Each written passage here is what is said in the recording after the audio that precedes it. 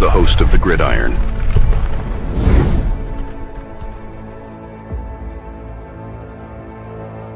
And welcome to the Gridiron, baby. If you can give this video a thumbs up or maybe share this video, that would be absolutely freaking phenomenal. If you subscribe to my channel, thank you. If not, please go down below, hit the subscribe button, hit that bell icon. That way next time I go live or if I put a video out, you'll be notified. And it's free of charge. What do you got to lose? It's totally free of charge. But if you're subscribed to my channel, thank you. If you want to help support my channel out, description box below, very top link, takes you to my membership page. I got 3 different membership levels. Each one has their own little perks to them. So once again, if you want to help support my channel out, I thank you. And then finally, just underneath that, there's another link somewhere. Takes you to my Facebook group. It's called the New York Giants, The Gridiron. It's my Facebook group. We have over 9,800 members in the group. It is doing simply marvelous, might I add. Basically, if I'm alive and breathing, and if I got internet access, I am putting stuff in this group darn near 365. It's called the New York Giants, The Gridiron. It's my Facebook group. Please join it. You will not be dissatisfied, I promise. All right, well, guys, training camp is underway. Come on, bud. All right, buddy. Training camp's here. Although, what is it? They're off. I think Monday might be the first day they'll be doing some actual popping because they got the pads on there. I mean, they're out there in just jock straps and shorts and all, and just helmets. I mean, the first couple days, and they're off Saturday. They got Friday. They're off Saturday and they come back Sunday. I think Sunday, Monday, Tuesday, maybe. But I do know they're off Saturday. Tomorrow is supposed to be pretty hot out there. It's supposed to be like 95, 96, 97 degrees. So at least they do it early in the morning before it's like high noon and all and everything. So they won't get the full brunt of the heat of the sun, but it's going to be hot out there tomorrow. But at least they won't be in full pads. So they're just kind of ramping themselves up.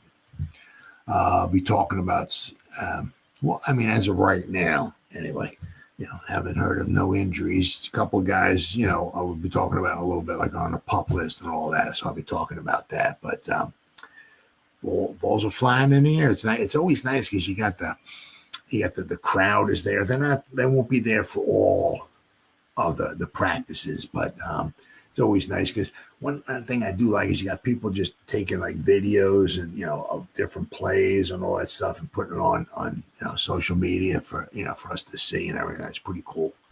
There was one, I'll tell you what, it was I think it was today. It showed of course Abdul Carter going against JMS, and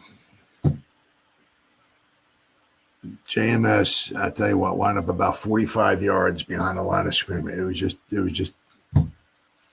was embarrassing. I mean, it's embarrassing maybe in a good way, but also kind of embarrassing in a bad way because it's like you take a center in the second round. This is year 3 for him. Year 3 for him. One more time, I'm going to do that. I did it twice. So it's only training camp. That's why we got training camp. And also Jackson Dart's first pass at bar. Pick 6 going back the other way once again. That's why we got training camp. But I mean, JMS, he's got maybe the leader mentality. He's smart, intelligent, all that stuff and everything. But once again, it's year 3 for him. So, I mean, it was just, once again, as I said, it's just training camp. There's no, but I mean, he's one of the guys you have to keep an eye on. I mean, I hope we don't have to start diving back into the draft again to draft another center. Anyway, but got some stuff here from there was a lot of good stuff. You ever listen to Big Blue Kickoff Live? I try to listen to them every day, especially during training camp and all that and everything, because they're there every day. those guys there, Lance Meadow, Matt Sitek, Paul Dottino, John Schmelk, even Howard Cross during the regular season. I know he's a part of it, and he's always there at the show. He's usually there on all the Giant broadcasts and all of that and everything. So you got the guys who are there all the time, every day, reporting. They're on every day, Monday through Friday for an hour every day. The thing is with the Big Blue Kickoff Live, they work for the Giants, so they're only allowed to say certain things. How like with the media, the media can when the media is there and the people are there, they can take videos and say certain things. A lot of, they're only allowed to say certain things. Big Blue Kickoff Live, but they're very, very knowledgeable, so I try to listen to them every day because they're there every day, right? One thing they were saying, they were talking about a lot of good things. They said, the tight ends look pretty good. The running backs were looking pretty good. As far as like, Neighbors was looking good. The quarterbacks look, pretty good. But, the defense did their fair share as well, too. So you always want, you don't want it all being, tell you what, the offense, fantastic. Well, then does that mean the defense sucked? You don't want it all the defense, man. The defense, 7 interceptions, 6 of them run back for touchdowns, 14 sacks. It's good, but then does that mean our offense sucks? So you always want that, the happy medium. But a lot of good stuff, boy. I tell you, it's on, yeah. I forgot exactly what day it is, but like within 10 days or so, whatever. You'll have the Hall of Fame game, right? And then we're off and running, right? So we're going to be talking about the Scat Man, Cam Scataboo, a little later in the program here. But so practice 1, obviously after the veterans reported for training camp, rookies arrived a week earlier. Team took to the practice fields at the Quest Diagnostics Training Center for the first time since minicamp and in mid-June. Now, there are just 17 days until the preseason opener and 46 days until the real things begin September 7th at Washington. You know what? I like that, too. I like that. I like the at Washington part. I like that. I don't mind starting on the road at all. We went down there last year, and we should have won the game if we actually had a kicker. So, even if we were to win the first game, we're not the Super Bowl. But I do like it because that would be a huge confidence booster. You go up against a team that you lost to twice last year, and on the road where you should have beaten them last year. And, if you can go in there and they went to the NFC Championship game, and if you go in there and just shut them, oh, boy, that's a huge it's like what happened in 2022, right? The Giants went on the road in Tennessee. Nobody gave the Giants much of a chance in there. Giants came away with the dub, so that'd be a huge confidence booster for the Giants here. All right.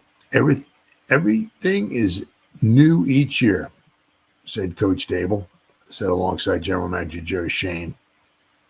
Now, we're going to talk about the press conference as well, too. So we like the guys we brought in, the additions. We like the draft picks that we've had, how they worked. I like how we competed in the spring. So I'm looking forward to training camp. This is the start of the season. We've got a long way to go. Got a lot of things we got to continue to improve on day by day with the goal to be ready to go at the start of the season. So touchdowns, just like OTAs, the Giants worked exclusively in the red zone on first day. And on very first play of 7-on-7 drills, Russell Wilson found Wandale Robinson in the back corner of the end zone for touchdown. Oh, yeah. Wilson threw a handful of other touchdowns during 7-on-7s and 11-on-11s, including 2 to wide receiver Malik Neighbors, who is a full go after missing time in the spring due to a lingering toe issue. Now, we're going to be talking about that, too, in a little bit here. Wilson's other touchdowns went to Tyrone Tracy and Theo Johnson. It was a great first day, Wilson said. I thought we did a really good job. I thought we executed well. I thought we did some really good things. There's always things we could always get better at after first day, especially, but I thought we did a really good job. Rookie running back Cam Scatterby, who we're going to be talking about a little bit too. Let's see. It's also full go to start training camp. Recorded touchdown pass from Jackson Dart. Dart later threw another touchdown pass to Johnson during a team period. Scatterby found the end zone again on a pass from Jameson Winston. Takeaways. The first takeaway of the training camp was also a touchdown. Cornerback Nick Jones jumped the route, right? Who was a Super Bowl ring with his time with the Chiefs and signed with the Giants in the offseason, had a clear path to a pick six during 11-on-11 drills. Originally a seventh-round choice by the Chiefs, Jones has appeared in 10 career games with splitting time on the practice squad. Now, that was Dart's first pass, as far as I know. He dropped back the pass. He was staring, throw it. It was like a Daniel Jones kind of thing.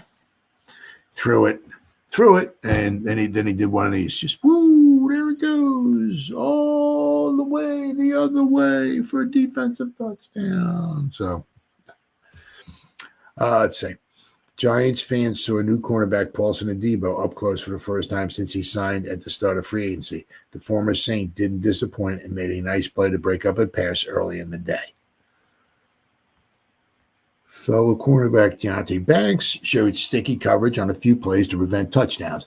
Now, also another thing I heard from a Big Blue Kickoff Live, it might have been a touchdown here, a touchdown, or a good catch here, but a lot of times, too, what they were saying is that the defense was there. It wasn't like, there was a touchdown to Malik Neighbors in the corner in the end zone, and he was wide up. No, there wasn't any of that. It was either maybe a really good catch. There was one Fedoni made in the back of the end zone. I can't remember who was covering him, but his arms are long. Looks like an octopus out there. But he made the ball was thrown up high. He jumped up with his one hand and caught it. One hand brought it down for a touchdown. The defender was there. The ball was just thrown up too high and, over the defender. It was good coverage. Sometimes you got to tip your cap. Tip your cap. The defender can be there, but if the ball is just that well thrown, sometimes there's not much you can do about it. Let's see here. Dart's first pass attempt was a completion to tight end Thomas Fedoni. Greg Dulcich, another tight end, showed strong hands in traffic on a pass from Winston. Outside linebacker Brian Burns tipped the pass on a quarterback rollout and then later ended the day by forcing Wilson to throw the ball away. Outside linebackers Trace Ford and Toman Fox would have had would-be sacks. The former would have likely stripped the ball on the play. Safety Dane Belton did notch a takeaway like he did many times throughout the spring, but he did line up what would have been a big hit at the goal line to prevent a touchdown. So, obviously there was good, with the offense and the defense. At day 2, 9 takeaways from day number 2. Now we're going to be talking about Malik Neighbors and his toe.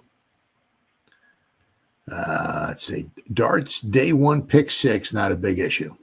Rookie quarterback Jackson Dart threw a pick 6 on day 1, which reminded all who have hopes that he could be ready to play the season that he still has a long way to go. Daboll didn't dwell too much on it. You talk about it right after it. The defense made a good play. He threw it into Nick Jones there, made a nice play, and moved on to the next play. That's what these practices are for everybody. There'll be some good. There'll be some things we need to correct and make sure you correct them and move on. One thing Daboll did talk about was, you bring these guys in and, when there's problems, right, you try to correct them.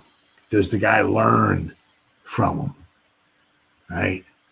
One thing Daboll did say in his press conference was that, if the guy keeps making the same mistakes, if he doesn't learn and all that, he said it's kind of hard to put him out there on the field like maybe in preseason games. Right? So everybody makes mistakes. Right? Do you learn from your mistakes and correct them? Right? The rookies are loose and ready to contribute.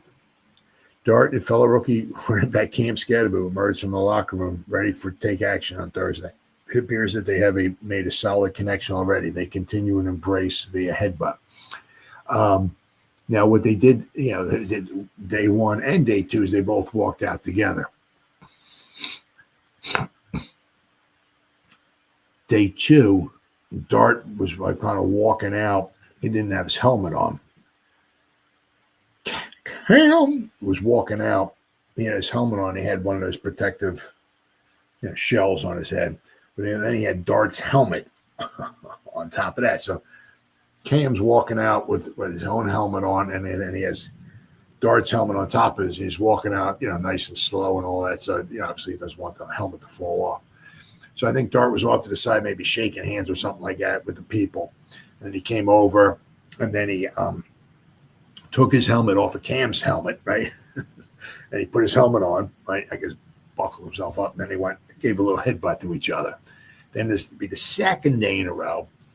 Cam walked over to the camera, right? Because they were being recorded or videoed, as they were walking out. And Cam walked up to the camera and went, woo, like Nature Boy, right?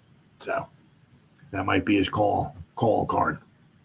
That might be, I don't know. That might be his touchdown celebration. Who knows? Going into, you're looking at getting to the nearest camera and going, woo, like that. So I'll have to wait and see. But they walked out together 2 days in a row. Neighbors beats Daboll for a touchdown. Questions about Neighbors' toe continued to be answered.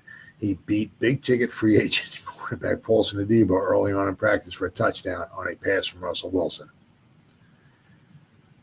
Carter's playing all over so far. Linebacker Abdul Carter, the 3rd overall pick in this year's draft, has been lining up all over so far. He has been used as a stand-up outside linebacker as well as on the inside. The Giants want to exploit his talents in as many ways as possible. Yep. Let's see. Wandell taking the next step as a receiver. While the headlines are going to other players, wide receivers Wandell Robinson wants you to keep him on your radar. For the 2nd consecutive day, he stood out at practice. He wants to remain a starter, and he's off to a stellar start. Well, I don't know who's going to take his place, but oh boy, here we go. Oh man, here we go. Well, all right, so I'll have to wait and see. Plus, what they did say, too, was Big Blue Kickoff Live didn't mention anything as far as injuries. You're waiting to hear that first injury. What's it going to be? Huh? Who's it going to be? But Hyatt left practice with a leg issue. But let's see. This is an important camp for 3rd-year wideout Jalen Hyatt. He needs to show the coaches that he's ready for a larger target share. On Thursday, Hyatt caught a touchdown pass from Dart, but was then seen getting treated by trainers on the sideline later on in practice. Ooh. As per Dan Dugan, Hyatt didn't go inside and was moving pretty well while jogging on the side. So we'll see what his status is for tomorrow, meaning Friday. Possibly just a cramp. Let's hope. I mean, that would be, says Jalen Hyatt getting his leg stretched by a trainer. He went down with an apparent left hamstring injury in minicamp, something to monitor. So Hyatt dealt with a leg issue earlier in the spring, but there is hope this was a little more than just than cramping. So we'll have to keep an eye on him. Because he's wide receiver number 4. Right. Unbelievable. Thibodeau is planning on a big season. Former first-round pick Kayvon is gearing up for a breakout year. The fourth-year linebacker was getting himself ready to grapple by working out with wrestlers this offseason. He is healthy and claims he has developed into a top edge rusher. He also lost a little bit of weight to get a little faster, he was saying. So definitely one of my goals is to finish. Like I said before, I had 5.5 sacks last season. So I had 5. That means he also said he had 5 half sacks, which equates to 2.5, and probably would have been, you guys can do the math, maybe 7 or 8 sacks totally if I could finish them instead of getting a half a sack, maybe, grabbing a hold of somebody and somebody else coming in and help finish. If he got there maybe first and was able to finish, take the guy to the ground, he would have got whole sacks, not half sacks. So what he's also talking about too is that if he would wind up with 7 or 8 sacks, right? In just 12 games, I think it was 12 because he missed 5, right? That would have put him on par to get like maybe 10 or 11 sacks for this season. And the year before that, I think he had 11.5 sacks. So he would have had 10, 11 sacks in back-to-back seasons. So that's why he said he wants to finish. If he's the first guy there, he wants to be able to take the quarterback to the ground. Just making sure they get everything I deserve this year, he said. Well, that's another thing, too. I mean, because although, this, obviously for a lot of guys, whether it's a contract year or like with Kayvon, they picked up his 5th-year option, so they know he knows what he's getting paid, pretty much next season, right, in 2026. But, he's trying to, so what's it going to be after 2026? They can't just, keep picking up his 5th-year option. They can't pick up his 5th-year option when he's in his 6th year. Sooner or later he's going to have to get the, get the big bucks, right? And you would hope and figure it would probably be from the Giants, especially they picked up his 5th-year option. Hopefully, they have hopes of bringing him back, for long term. Now in 2027, the Giants will have some money to spend, right? So, and if they wind up getting rid of if Wilson isn't here anymore, Jameson Winston's not here anymore, if they got Dart here and they have like a couple guys underneath Dart, right? The quarterback room would be very money friendly, right? Especially for Dart, right? In 2025, 26, 27, 28, and 29.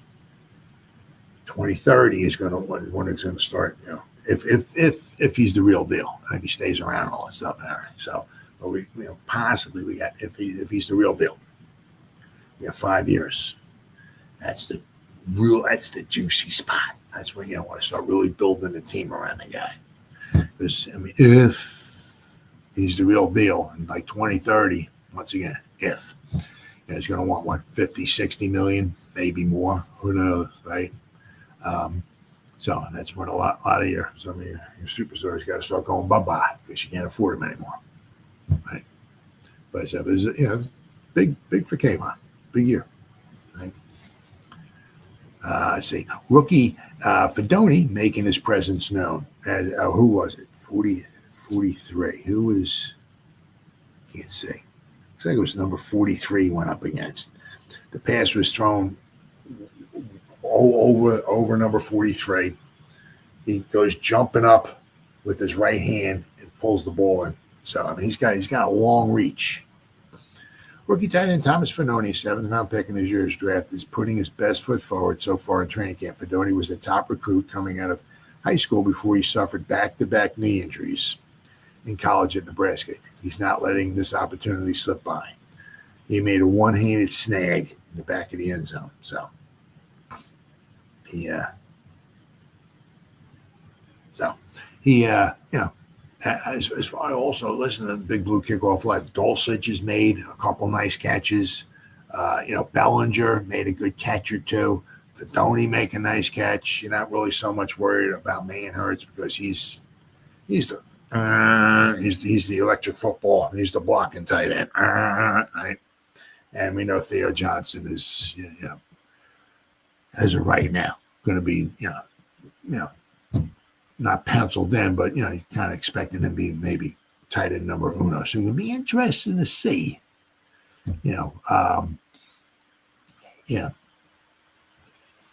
should probably go, I'm thinking maybe with 4 tight ends. Maybe Bell. I mean, unless Dulcich knocks one of the. I mean, we're not going with 5 tight ends. Or the other guy will probably be put on the practice squad. Maybe somebody might pluck him off. Who knows? But it's going to be interesting to see. I'm sure Manhurst will probably make it. Fidoni's not going on the practice squad, and Theo Johnson. So tight end number 4, it might be a battle between Bellinger and Dulcich. Right. But so far, good and bad. The offense had some good stuff, and then the defense had some good stuff. But tomorrow would be another one without. It was just like helmets and all and everything. But it's supposed to be really, really hot tomorrow. But the Giants wound up letting go a safety because of injury. So they did bring in Kevon Wallace, right? Who has some experience. He's not. He's okay. He's going to be battling out because we still have. Pretty much you figure Holland, right? We got Newman and we got Belton. We're going to probably keep 4 safeties. Who's going to be safety number 4? So we got they brought in Wallace, who 2020 I believe was drafted in 2020. Now if we look here, right, the defense. All right, see we got Newman, Belton, Raheem Lane. We got Holland, Kevon Wallace, and Makari Page. So is that it? Yeah, looks like that. Yeah. So pretty much between Wallace, Page, and Lane, those 3 guys are going to battle it out for the final spot. Now, maybe one of those guys who doesn't make it, might get put on the practice squad. We'll have to wait and see. But we got here. Okay, let me share my screen here, and we'll pop up. Now, he has, without question, he's had some experience and all, but, we're not talking, once again, we're not talking Troy Polamalu here. We're not talking Ed Reed. We're not talking a Hall of Famer. He had some good, but this is last year. He had some good and bad, right? This was all his last season, 2024 with Seattle, right? Now you saw he had a couple good games against Denver, final game against Los Angeles. He had a couple duds in there, but he didn't want to necessarily also playing a lot of snaps either. Against San Francisco in week 6, he played 27 snaps. That was the most he played in a single game all last season. So, if you lose once again, it's just strictly according to PFF, he graded out at a 38 last year. Nothing super spectacular. His run defense was a 48. His tackle was a 33.9. His coverage was a 41.8. Nothing to write home to mom about. Okay. You look here, right? He got drafted by the Eagles, right? He had 51. Then he was 56, and he went through 61.4 in 2022. Then he spent in 2023, man, he spent some time with Arizona and Tennessee. Graded out at 68.1. Which is pretty good because you also figure 2 things. One, okay, 807 snaps, right? 68.1. But also you'll notice the Tennessee part here with who? With Shane Bowen. So Shane Bowen's got some familiarity there with him. So maybe, part of it is the 68.1, okay, he did so well. Maybe he did pretty well on the Bowen. So maybe Bowen knows what he has with him. And Bowen also knows what he has with him, but also knows how to use him to his best benefit, right? So if he thinks, he's best maybe to be brought down into the box, right? Maybe he won't have him up high, trying to cover deep, right? So, he knows how to use him best. So, there's that familiarity. That might also be another reason why Wallace came here, too, because of the defensive coordinator. So, we'll have to wait and see. But, nothing to super duper to get right home about. Let's see. Special teams. I do believe he played a decent amount on special teams as well, too. You'll notice last year. Yeah, see here with Philadelphia, big special teamer. 2022, 367 snaps. Last season, because he only played only played like the first day. I don't know. Should know. I'm an idiot. I am a moron. I'll admit that. He only played in the first 9 weeks, so I guess he must have got injured, or he went on the practice squad or something. Might say it in this article I'm going to go over here. Okay, but you'll notice, see, last season, what did he have? Yeah, according to PFF, we got credited with 6 tackles. Okay, so 63.8 is not bad. It's not bad at all. Okay, you'll notice here. I mean, once again here, last year 63.8, but here 2023 82.3 on special teams, and even was with the Eagles. Is 60. 60 is pretty much about basic for a special teamer. But it's in 2021, 74.7, 220 snaps, 367 snaps. He graded at 72.8. So he's very good on special teams. So, and let us see here. Right. Kick return, yes. Kick coverage, yes. Punt return, yes. Punt coverage, yes. He doesn't do the field goal thing. No block or nothing. But punting and kick return, or kick coverage, kick return, right? He's all 4 of those. So and he grades out pretty well. So that might be another huge thing. The Giants certainly, without question, this season have brought in guys that can certainly help them out in special teams. So keep an eye on Wallace. He might be safety number 4. And I'm sure whatever his contract is, it's cheap, right? But where are we at here? Okay, here we go. Giants signing veteran safety Kevon Wallace. Giants needed depth at the back end of their defense. On the eve of the first training camp practice, the Giants are adding, because also Wallace came in a couple months earlier and he tried out for the Giants.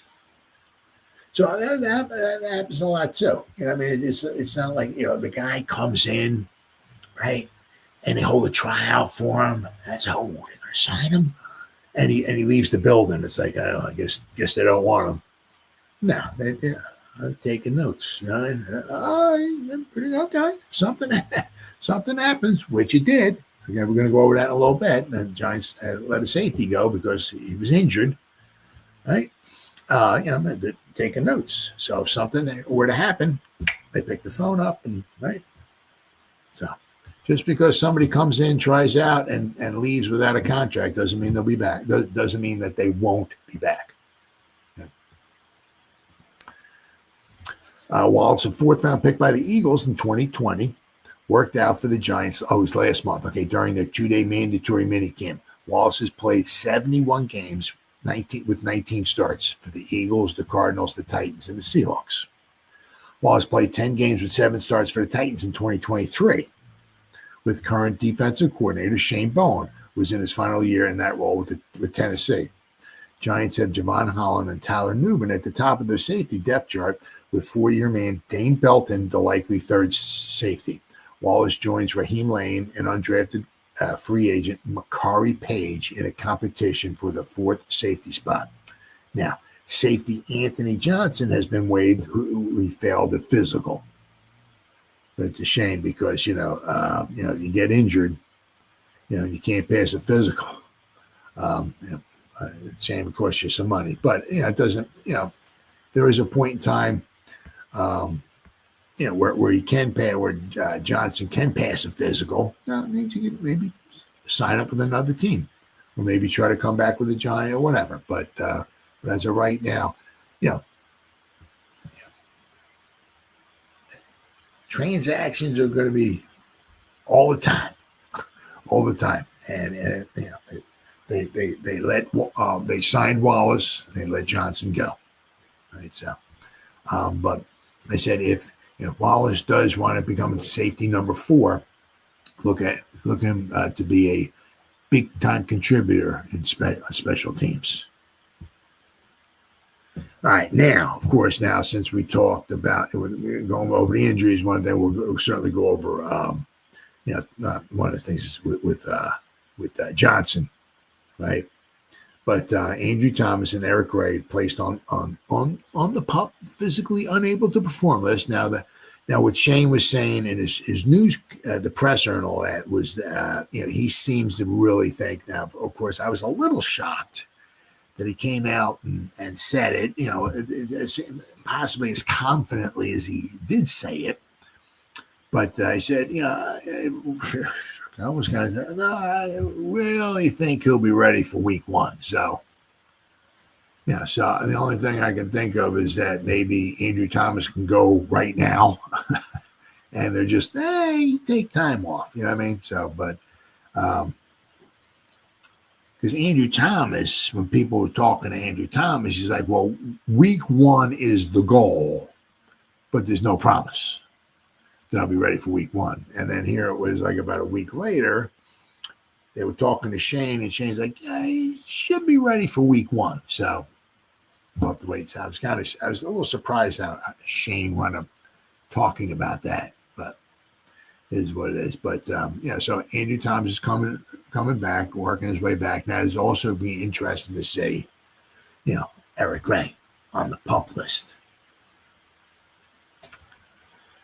Because we got, I just can't see the guy, beating out Motor. The only thing would be, I would be shocked if we would let Motor Singletary go and save some. We would save some money. We would save $2 or $3 million if we would let him go, right? But other than that, also the thing that we got Turbo Miller too. Guy's fast. Be ashamed if we can't find something for the guy, carve out some kind of niche for the guy. Because he's, like I said before, for the hearing impaired, the guy is fast. But so Eric Gray, I don't know. Don't know. Because we had Turbo on the practice squad last season, right? Because we had Tracy, we had Eric Gray, and we had Motor Singletary, and then we put Turbo Miller on the practice squad. Well, now we got Tracy, we got Cam Scottaboo, right? And we got Motor Singletary, and you got maybe Turbo Miller maybe on the practice squad. So I don't know where that leaves Eric Gray. Because every day that goes by, he's missing more and more training camp. So it's Eric Gray's got a uphill battle this year. Just trying to make anything for the Giants. But of course, then we got Victor Dimukeji, who is on the non-football injury list. So it's unfortunate for him. So we got the Giants made a series of roster moves as players reported for training camp on Tuesday at the Quest Diagnostics Training Center. Declared physically unable to perform would be Andrew Thomas and Eric Gray. Now the thing is with that is that it's not like doing the on a list was he has to take at least 4 weeks off, or he has to miss this month. No, all he has to do is basically pass a physical, and he's back on the field, right? So the thing is with it kind of goes, we got like both ends of the spectrum here with Andrew Thomas and with Eric Gray. Eric Gray really probably wants to get on the field as fast as humanly possible, right? Because he knows the offense and all that and everything, but the more time he spends on the PUP list, they got the guys in front of him making good impressions. That might be just said bye-bye to Mr. Gray. Now, on the other end of the spectrum, you got Andrew Thomas. You certainly don't want to rush him back. And the guys, he's your left tackle. And one thing is that, the longer, he's out and all of that, if week 1 is the goal, which is cool. They bubble wrap the dude, put him on a chair, let him watch his favorite Netflix show, and give him a bunch of Cheetos to eat for the next till September. I'm cool with that. The problem is that are you in game shape? You're going to start wearing down halfway through the second half or something. It's riding a bike or jogging or whatever is one thing. Playing football is a totally different animal. So I mean, as I said, if they just baby him till the beginning of the season, okay, well, to make sure he's absolutely, positively ready to go, it's cool. But he's going to be in game shape. And the other thing is, my goodness, can the guy stay healthy? He's missed 18 out of the last 34 games over the past 2 seasons. It's not like he had one bad year, with the hamstring. But I mean, is this going to be a recurring theme? Well, we have one of the best left tackles in football when he's healthy. Yeah, so is this going to be a recurring theme? So this is, it might be a big year for Andrew Thomas. Not that the Giants are going to get rid of him or not like that, but the Giants might have to start thinking, okay, we got Andrew Thomas. He'll be good for 8 games every year. Who's going to take his place? Right, so. All right. So Andrew Thomas and Eric Gray are on the PUP list. Declared non-football injury list would be Victor Dimukeje, who we just brought in to help with our pass rush. Right, safety Anthony Johnson got waived, so they waived him. Then they brought in Kevon Wallace, take his place. Right, and free agent signing, they signed Kevon Wallace. So Giants said over the offseason they would be smart with Thomas, who did not participate on the field in spring practices. The standout left tackle underwent,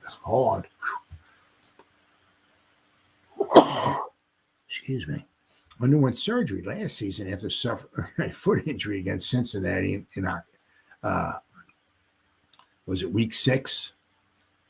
October 13th, week 6. That's after that. We certainly got that. That's it. Well, the wheels fell off the bus. The rest of the season, we had basically almost every week we had a different starting offensive line configuration. Joining him on the PUP list is Gray, who has a knee injury. The former 5th-round draft choice enters his 3rd season after playing all 17 games for the Giants in 2024. He split his snaps almost evenly between offense and special teams, where he returned kickoffs. Dimukeje, who played his first 4 seasons with the Cardinals before signing with the Giants in free agency, suffered a pectoral injury and was placed on the NFI list. Johnson, meanwhile, was waived with a shoulder injury. Shame. Player can only be placed on the active PUP list before the start of training camp. The player counts against the 90-man roster limit and can come off the PUP list at any point during camp and practice immediately. So, he can participate in team meetings and use the team facilities during the preseason while on the active PUP list. He can also work out on the side during practices, but cannot participate in any portion of practice, walkthroughs, individual drills, 7-on-7s, or team drills, etc. The players cannot return to the PUP list if they sustain a setback or another injury during training camp. So, if they come off of it, they have to stay off of it, right? Players cannot return to the PUP list if they sustain a setback or another injury during training camp. So if he's got a hamstring injury, right, and everything's good to go. His hamstring seems to be good to go. Take him off the PUP list, right? And 2-3 days later, bam, that same hamstring, right, pops up. He can't go back on the PUP list, I guess, right? Players on the active PUP list could be moved to the reserve PUP list during roster cutdowns. If placed on the reserve PUP list, a player wouldn't count against the active roster and must sit out the first 4 games. NFI procedures mirror those of PUP, but are used for players who suffer an injury outside of the NFL activities. Earlier in the day, the Giants announced the signing of Wallace, who was with the team on a tryout basis during minicamp in mid-June. 5'11", 205-pounder, was originally selected by the Eagles in the 4th round of the 2020 draft. Wallace was released prior to the 2023 season. He then spent time with Arizona and Tennessee before moving to Seattle, where he most recently played 9 games last season. Overall, his career numbers include 147 total tackles, 8 pass and defense, 1 interception, 1 forced fumble, and 1 fumble recovery. Wallace made 19 career starts, including a career-high 12 in 2023, when he played 7 games with the Cardinals and 10 with the Titans. Prior to the NFL, Wallace finished his Clemson career tied for the most games played with 59. Wow. In program history. Wow, that's a lot of freaking games. He was a key contributor on 2 teams that made it to the CFP National Championship game, one of which the Tigers won. Wallace was a 2-time All-ACC selection and team captain, finishing with 178 tackles, 21 pass defense, 5 interceptions, returned for 180 yards, including 1 for a touchdown, 2 sacks, and 2 forced fumbles. So, yeah, certainly had a nice, college career. No doubt about it. But, I mean, he did well the one season he was with the Cardinals and the Titans. But obviously, as I said, he plays a lot of special teams, but he also has that familiarity with Bowen, our defensive coordinator. So Wallace, might have the leg up on maybe becoming safety number 4, right? But it's always going to be full. You got one guy injured, you can't, you let him go, you bring somebody else in. So it is what it is. But especially with Andrew Thomas, 2 things, keep the guy healthy, right?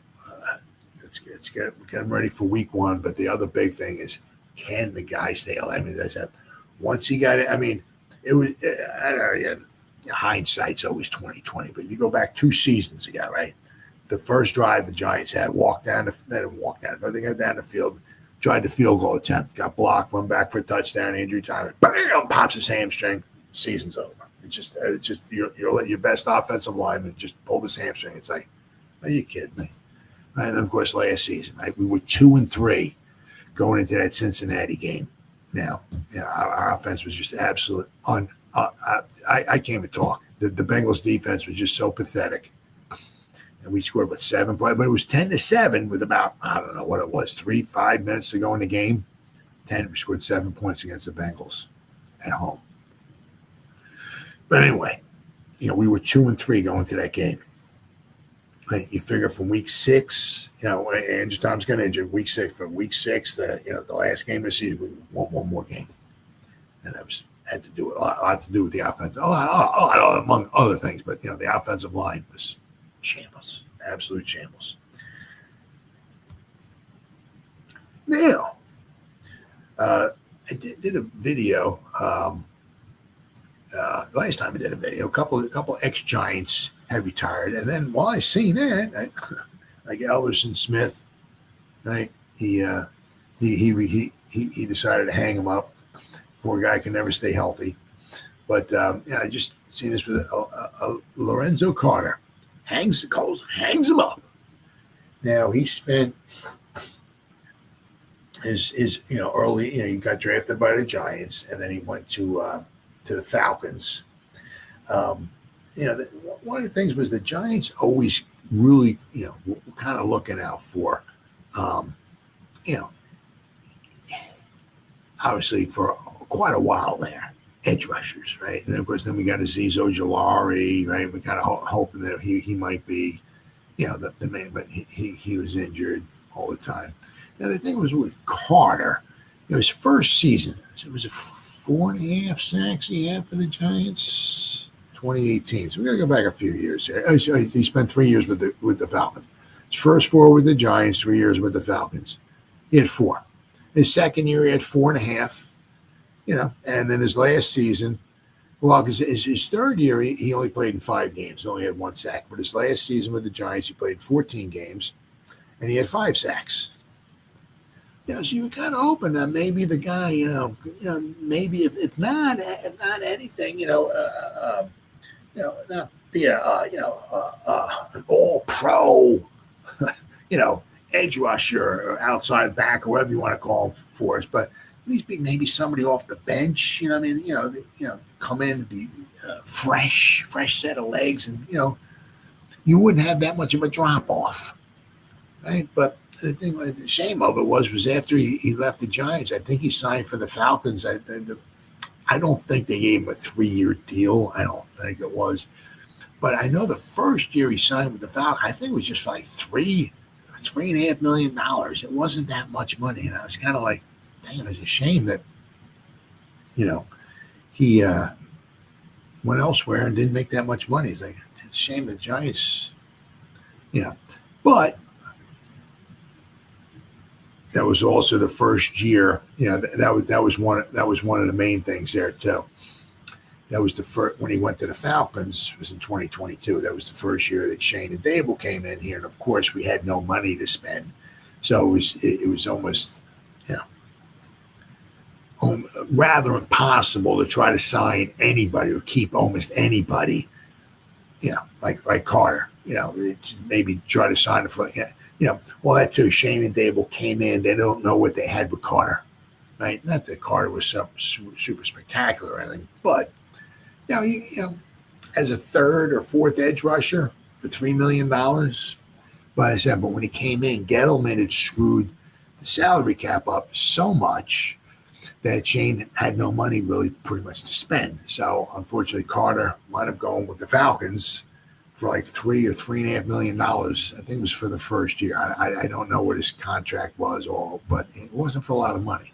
And I said it was a shame because I'm not saying he was a fantastic starting, edge, outside linebacker, or whatever you want to call him. But I said somebody in off the bench, you can never have too many edge rushers, right? And he did, especially his rookie season, he had 4 sacks, right? Didn't, and actually his rookie season with the Giants, he played in 15 games. He only started 2 games. His second season, he started 12 for the Giants, and he had 4.5 sacks. So, now I said with the Falcons in 2022, he had 4 sacks. 2023, he had 3. Last season, he played 13 games. He started 11. He didn't have 1 sack. So, his number, everything seemed to take a dive for him last season. So, unfortunately.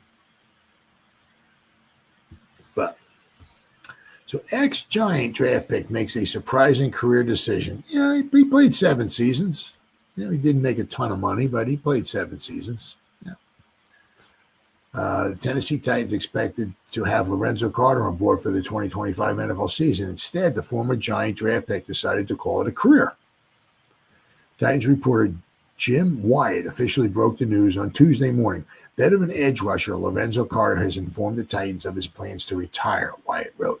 Carter will be placed on the league's reserve retired list. On Tuesday, the Titans general manager, Mike Borgonzi, commented on the decision. He notified us yesterday that he will be retiring, the GM said per Wyatt.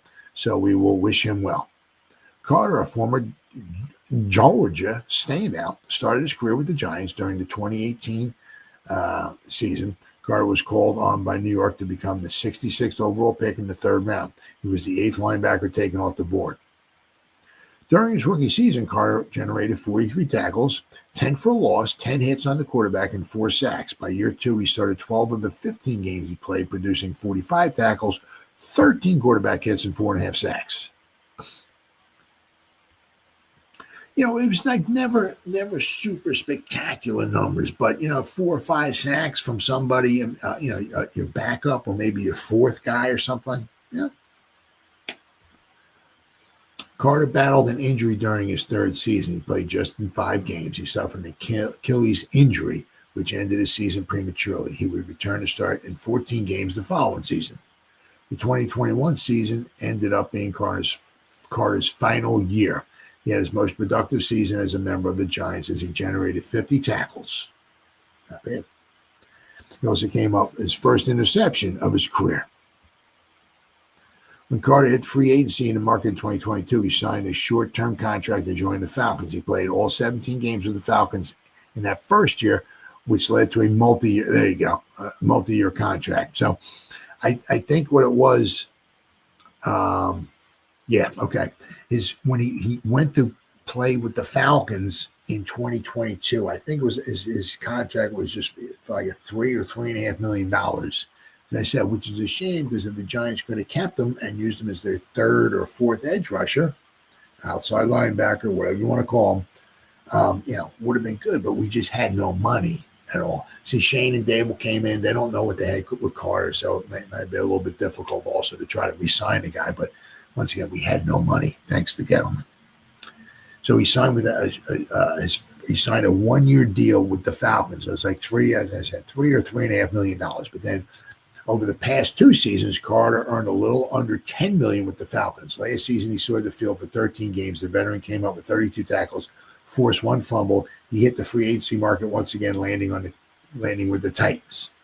Carter has not released a statement since informing the Titans of his decision. The Titans will move forward with the 7 edge rushers they have on the roster currently. So, but so yeah, I mean, good for him. I mean, he made some money. Hopefully for him, he will, hopefully save some of his money.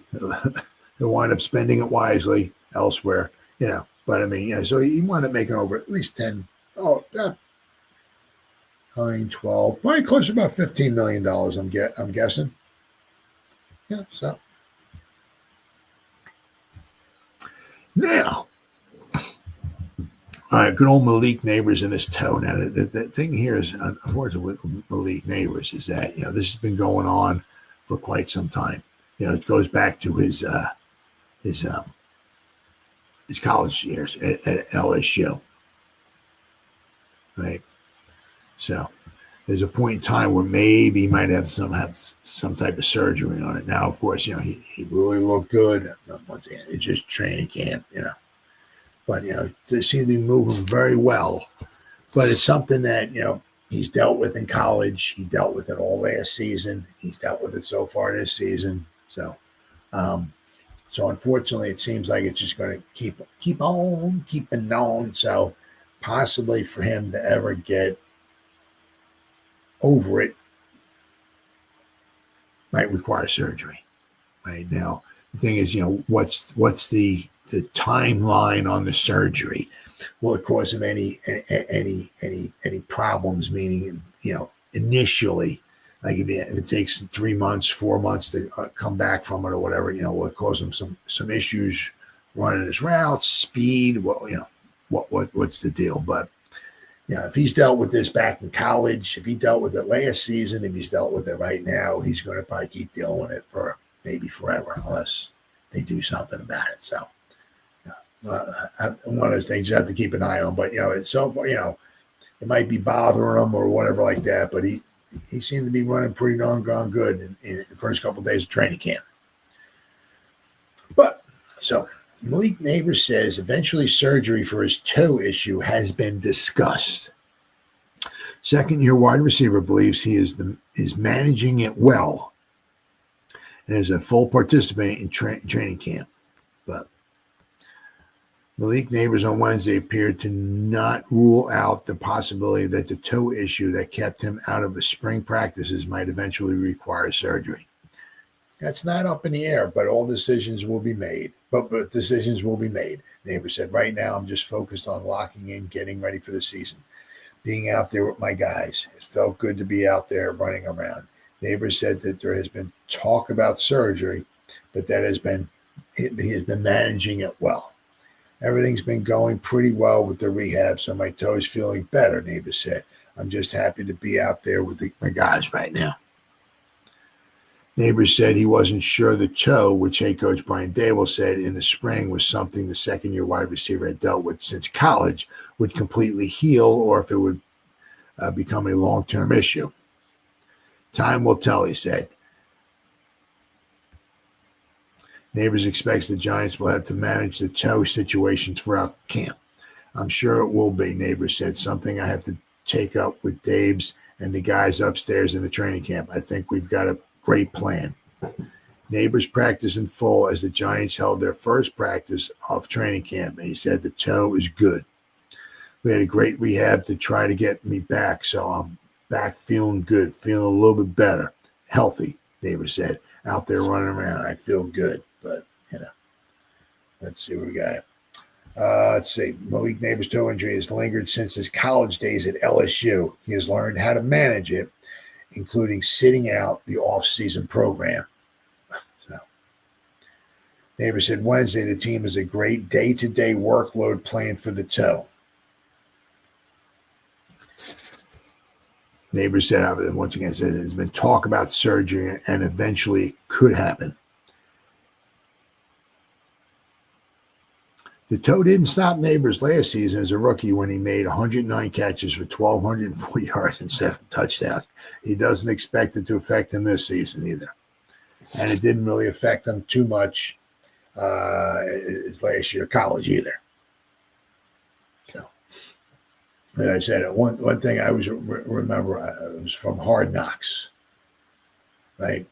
Was Daboll picked the phone up because they were picking number 6 in the draft, and he picked the phone up and he called Nick Saban because he worked under Nick Saban for a year, and he asked Nick Saban, and I said this was Malik was in college, especially his last season and all, and Saban said specifically, he said there was 2 guys. He said that they just couldn't stop. They were just pain in the necks. One was Brock Bowers, and the other was Malik Neighbors. So Malik's been dealing with this for a few years now, and the problem is they might have a good plan to try to manage it and all that and everything, but if it's been bothering them for they could give him time off and all of that, but once the season starts, he's every 7 days he's going to be playing a football game. So, they can give him a day off here and a day off there, but then regardless, he's going to be running around on it. So it's going to bother him the whole season long. So we'll have to wait and see if he does have any type of surgery done on it. I said it doesn't expect him to affect him this season. It just never really came to a complete thought in my mind for me to do surgery, but I've been managing it well. Been running around feeling pretty good, Neighbor said. So I'll have to wait and see. One of those things. But, somewhere along the line, he might need surgery. Now, there was the, of course, good old time for them. Unfortunately, one of those things that Shane and Daboll, I'm sure, absolutely love to do. Nothing better than go out there and answer a bunch of questions from the media. And the thing is, too, is that they know, whatever, 90% of the questions they're going to be asked. Yeah, of course, they know going to talk about, obviously, who's the starting quarterback? Jackson Dart doing? Might he be the starting quarterback? Just is what it is. But I think they're out there for about 20 minutes talking to the media. So takeaways from Joe Schoen and Brian Daboll's press conference. Before the Giants took to the field for practice number 1, General Manager Joe Schoen and Coach Brian Daboll held their annual pre-camp press conference at the Quest Diagnostics Training Center. They spoke about everything from injury news to the direction of the quarterback position and their relationship heading into year 4 with the Giants. Giants made a series of injury-related roster moves the day before the first practice. As I said, they put Andrew Thomas and Eric Gray on the PUP list. Victor Dimukeji with his pectoral injury on the non-football injury list, and safety Anthony Johnson with the shoulder was waived.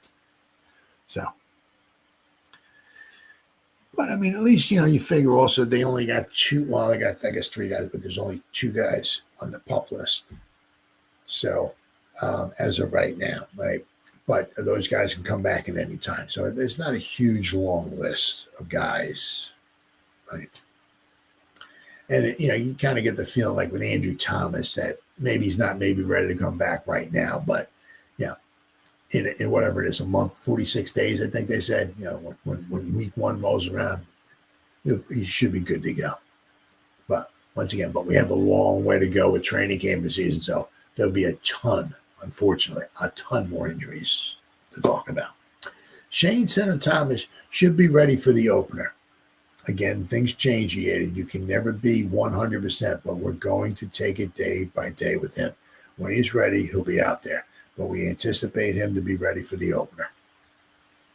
Staying on the injury front, wide receiver Malik Neighbors was ready to go after he missed time in the spring due to a lingering toe issue.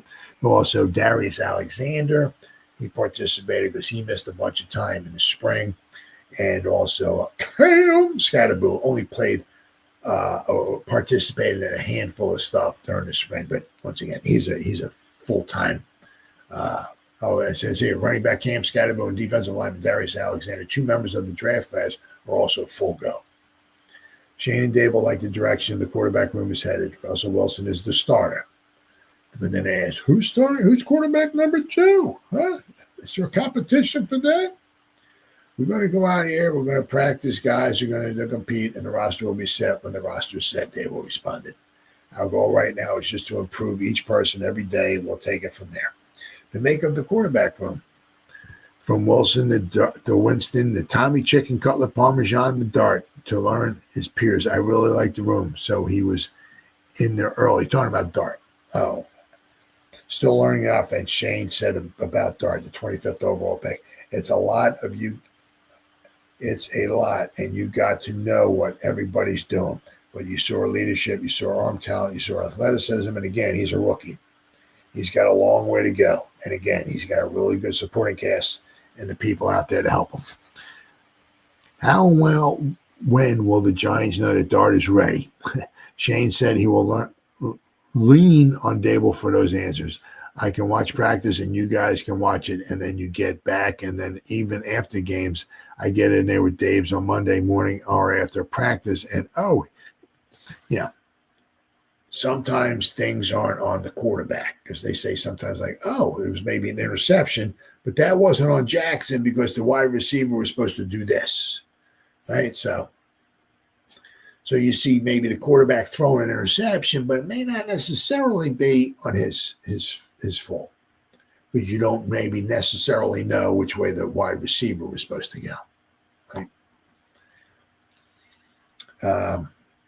Schoen says, some real benefits for a rookie quarterback to sit down and learn, but he has seen it go both ways.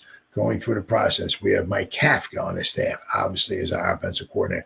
He was in Kansas City with Patrick Mahomes. I think he played, obviously Patrick Mahomes played 1 game at the end of the year. And then, of course, after that, he played 1 game after that. He took over the reins and has never looked back. Then, of course, they were out in Buffalo, right? It was supposed to be Josh Allen was supposed not to play so much his first year. But the way it worked out, halftime of the first game, we get blown out by Baltimore, and we put him in, and he played the rest of the season. I think there's some real benefits from sitting out and learning specifically from some of the guys in the room that have the experience that they have. But if the coaching staff at some point feels it's right and he's ready, then I'll leave that up to him. So he's leaving it up to Dave's, right? Giants are 3rd in the claiming order on the waiver wire, which means it will be a big preseason for them in terms of picking up players who will be released. That's good, 3rd. Once the preseason starts and there's other games again, there's going to be roughly 12 to 1,300 players cut loose by Labor Day weekend, Schoen said. They'll call it the second draft. Schoen on the overall roster, just going into day 1, there's some young guys that we've seen in shorts and T-shirts. So once the pads come on, interior, O-line, D-line, we will get a chance to see how those guys do when the pads come on. We feel good about where the roster is right now with the 91 players that we have with the international. They're supposed to have 90, but with Jude McAteeney, right? They have the international exemption with him, so they have 91 players on their roster. Now is when the competition really begins over the next few weeks in training camp, and I'm looking forward to that. Schoen and Daboll gave thoughtful answers when asked about how the relationship has developed over time. Daboll says there's a lot that goes on to running an operation. We laugh about it all the time. 10 things that come up between 6 in the morning and 10 and 9 in the morning, like it did today. There's always something that you just can't go in at 6 o'clock in the morning, sit down and just start. Why there's 35,000 things that wind up going wrong. It is unbelievable. Schoen said, I would say that the relationship outside the building, inside the building, and the communication and the respect that we have for each other, both have been doing it for a long time, and the ability to have hard, honest conversations together with each other behind a closed door and evaluate decisions, whether it's things we did in-game or draft picks or players that walked out, came in, traded for whatever we did. We're always evaluating our decisions. But those hard, honest conversations and the amount of respect that we have for one another helps things work out. Daboll said, I think it sucks when you're going through it, but the tough times help. We certainly had a few tough times, but that's when you grow closer. That's when you're able to have those honest conversations, and you never want to go through those tough times. You wish you never lost a game. Joe, right? Wish you were where you wanted to be at the end of every season, but that hasn't been the case. But those help you in the long run. Yeah, I mean, it's the one thing is certainly. I mean, if everything was just hunky dory and everything just went according to plan and all of that, you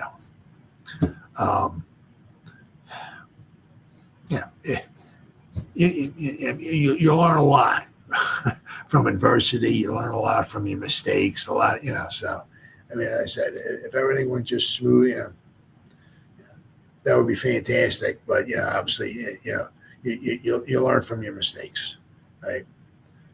But everybody makes mistakes, or shall I say, everybody makes mistakes.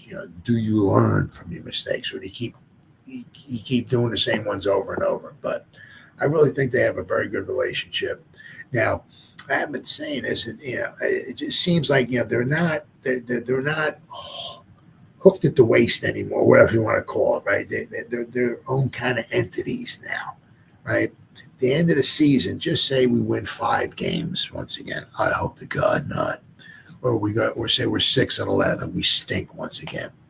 Yeah, I mean, Mr. Mario's got to sit down and say to himself, it's like, well, did Shane and company and all that supply Daboll and the coaches and all that with enough talent to look better than we did? If the answer is yes, well, then Shane might stay and Daboll might go.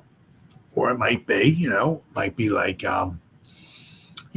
did Shane, or maybe did Daboll do all he could with what was given to him?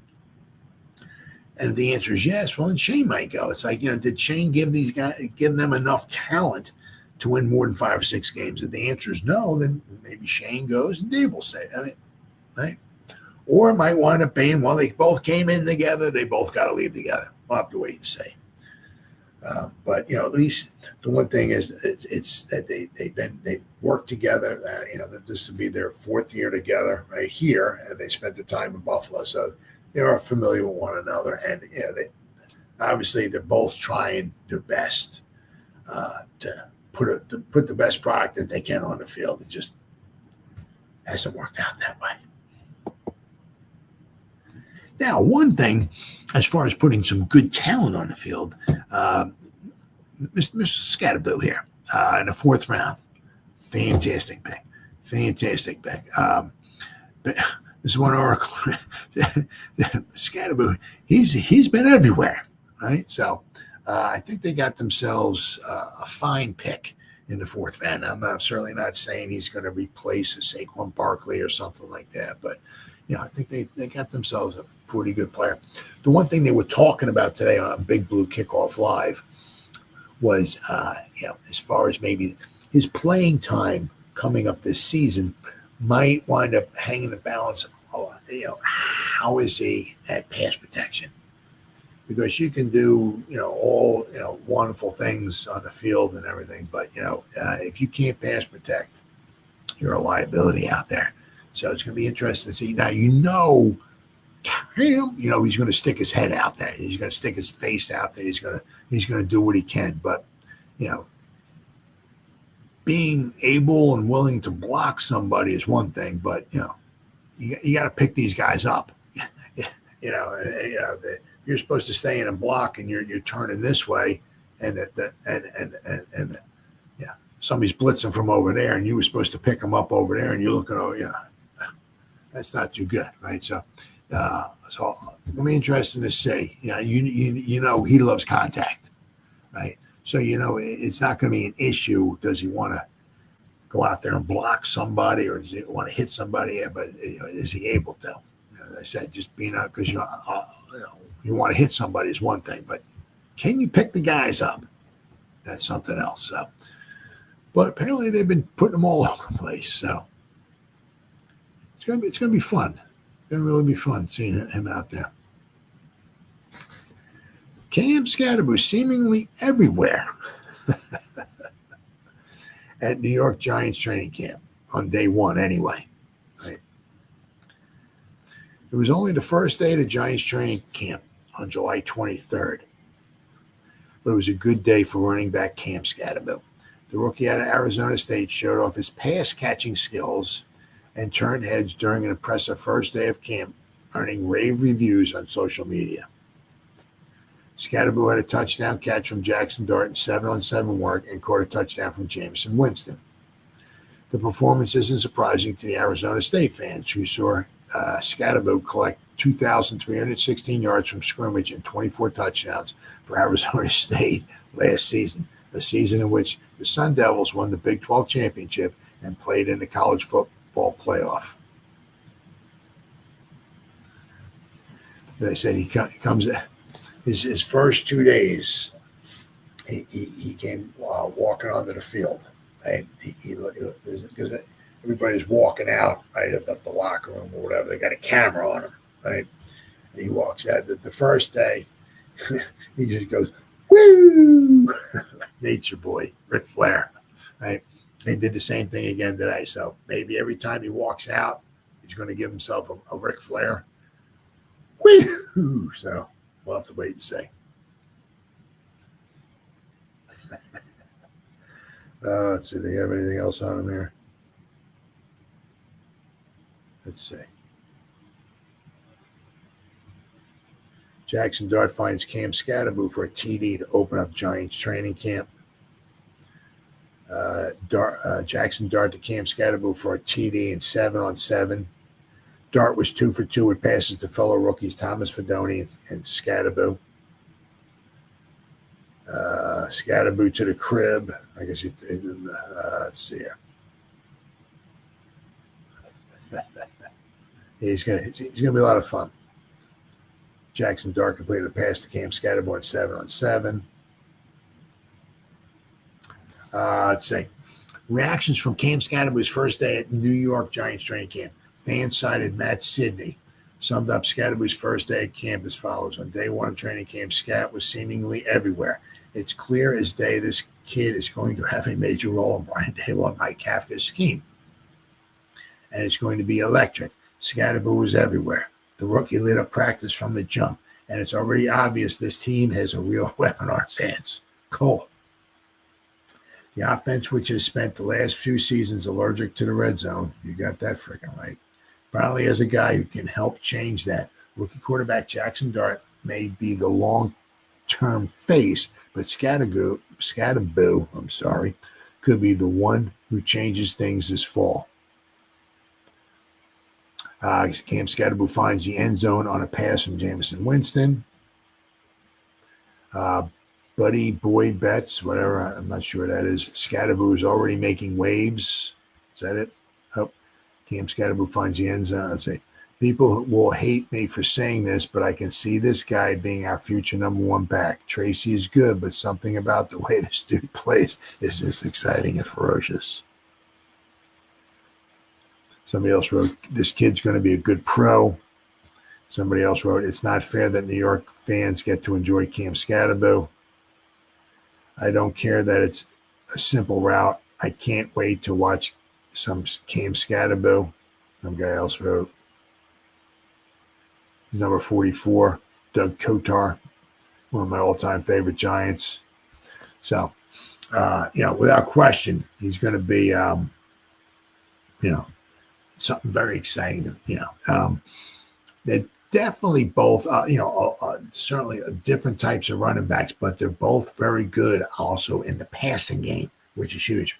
Let's not forget, Tracy was a wide receiver until he transferred to a running back his final season in college, right? So we got two running backs who can run routes. I'm not saying, I'm saying Cam is, running fantastic routes and all that, but we got two guys that can run routes, but also catch the football out of the backfield. So, but Cam is he's not like the Larry Zonka, Brandon Jacobs kind of where I'm just going to run people over or whatever. He's more like a powerhouse kind of guy, but he's got that low center of gravity, so it's tough to, bring him down. But he hits the contact, right? And if you don't wrap him up, he'll bounce off and he'll get extra yards and all and everything. So he's going to be fun. He's going to really, really be fun. The problem is that I don't want to say we have so many weapons, but I mean, if this was 50 years ago, you could certainly see maybe Tracy and Cam in the backfield maybe together or something like that. You might get a little bit of that. They were talking about that on Big Blue Kickoff Live as well today. They were talking about a few years ago, I think it was in 2022 when we went to the playoffs, that Matt Breida every now and then would be in the backfield with Saquon Barkley, right? Like they might fake the Barkley, right? Draw the defense, and then Breida would maybe slip out, maybe hit him with a pass or something of the sort. So, be something interesting to look at. But you're not sure how often, how many times we're going to have two running backs in the backfield. But something to keep an eye on. But from all indications, anyway, it really seems like the Giants. If anything else, they certainly. Did well, and he's with their running backs in the past two drafts. Between picking up Tracy and picking up Cam Scatterbill. Not sure. They can even do the same thing next year. Who knows? Right, pick up another running back in next year's draft because you figure if Eric Gray's not going to be around, not been around much longer. I don't know if they have any plans for Turbo Miller. You're not sure with Motor Singletary how much longer, if he's going to be around next year. You don't know. So the Giants can maybe take another running back in the draft next year. Who knows? We'll have to wait and see. And then finally here we got. Now this was kind of, pretty much, good. One of those things. They added some incentives to, I don't know what they are, to his contract this year because he's not. I mean, I'm sure with the way he's only supposed to make about $17 million this season. Okay, but his contract, right? He's making like a little over $20 million a year. But he is. Chris Jones, I think, makes like over $30 million a year.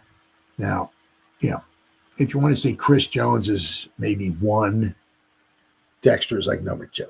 Or Chris Jones is 1A, Dexter is 1B, whatever you want to call him. I mean, maybe if you want to say Jones from Chiefs is number 1, okay. Dex ain't far behind. He's certainly not $10 million a season behind. So, but they did, give him some incentives for this season now. They were also smart somewhere along the line. They would also maybe extend Sexy somewhere along the line. But I think we got him locked up for another 3 seasons. Okay. But Giants defensive lineman Dexter Lawrence lands significant contract boost. Sexy Dexy just got paid. Now, Giants added $3 million in incentives to his contract, one that was set to pay him just $17 million this season, according to ESPN's Jordan Renan. Giants added $3 million in incentives to his contract for 2025. Lawrence was scheduled to make 17. His deal runs through 2027, so we got him for 3 more seasons. So we have basically, I mean, if you look at it, we have like darn near almost the whole defense for like another 3 years. Right, we have. Let's see. This is Banks. Right, what we could have him for 3 more seasons. Right. Then if you got the nickel cornerback Phillips, we got him for 3 more seasons. We signed a Debo for 3 more seasons. Go to the safeties. Newman, we have him for 3 more seasons. We signed Holland for 3 more seasons. Right. Then you go to the defensive front. We have Alexander for 4 more years. We got Sexy Dexy for 3 more years.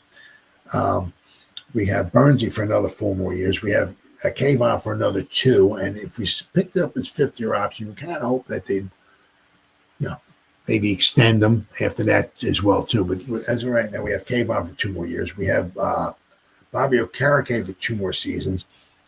We have if we don't re-sign McFadden, we have Abdul Carter quite possibly for 5 more years. So out of the starters, so-called maybe kind of starters, if you want to, I put Alexander in there, right, as the starter.